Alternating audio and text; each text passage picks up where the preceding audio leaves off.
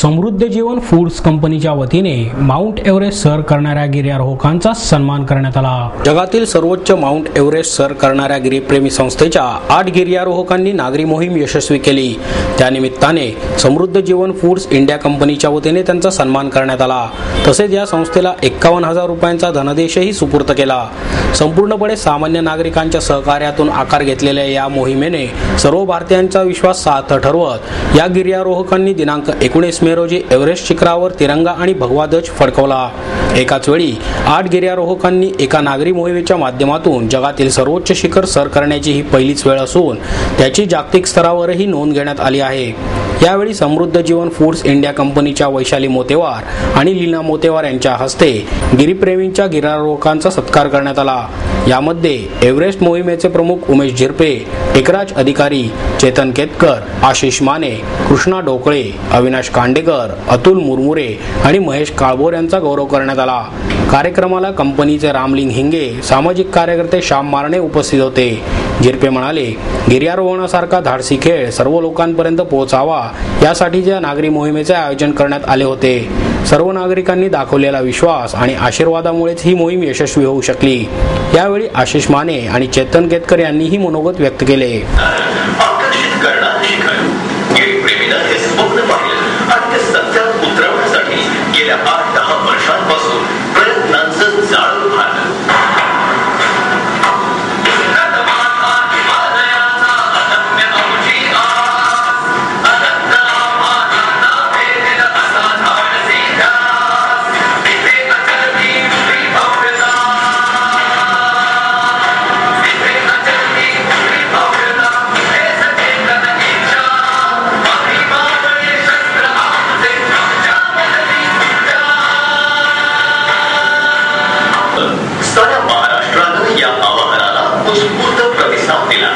सर्वच माध्यमांनी या मोहिमेला उचलून धरलं।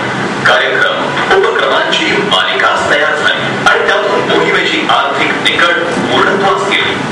गिर्यारोहकांनी परिश्रमाची शिकस्त केली। दिनांक 27 मार्च लुकला इथून बेस कॅम्पसाठी ट्रेक सुरू झाला। वातावरणाशी मिळतं जुळतं होण्यासाठी टीमनं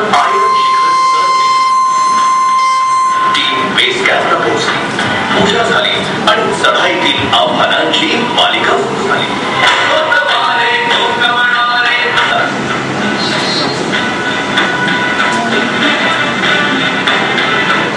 वाढणारं वार, खडतर चढाई या साऱ्यांची झुंज शिखर गाठायचं होतं।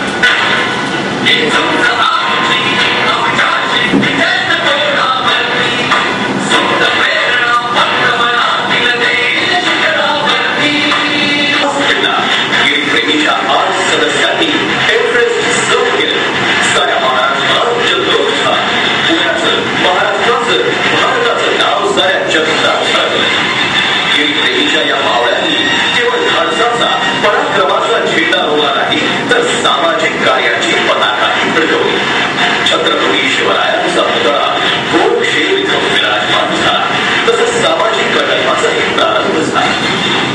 हे सारं घडलं तुम्हा सर्वांमुळे। सामान्य माणसांचे हात या मोहिमेला लागले, म्हणूनच हे असामान्य कार्य घडलं। त्यामुळे हे अभिवादन तुम्हा सर्वांना समस्त पुढची उंची आणि तिथलं हवामान जे असं आहे की ज्या ठिकाणी वैद्यकीय शास्त्र म्हणतं की या ठिकाणी कुठलाही मनुष्य प्राणी किंवा कुठली जिवंत प्राणी त्या ठिकाणी जगू शकत नाही। कारण काय, तर त्या ठिकाणी असलेलं तापमान हे -40 ते -60 इतकं निचांकी तापमान असतं। त्या ठिकाणी असलेलं गार वारं ज्याचा स्पीड 150 किलोमीटर ताशी इतका जाऊ शकतो आणि ज्या ठिकाणी ऑक्सिजन हवेमध्ये आहे ते फक्त 5 ते 7% इतकं त्याचं प्रमाण आहे कमी। या ठिकाणी क्लाइंब करतात 2 दिवस त्या ठिकाणी हे गिर्यारोहक क्लाइंब करत होते। हे केवळ त्यांच्या मानसिक इच्छाशक्तीच्या जोरावर क्लाइंब करत होते।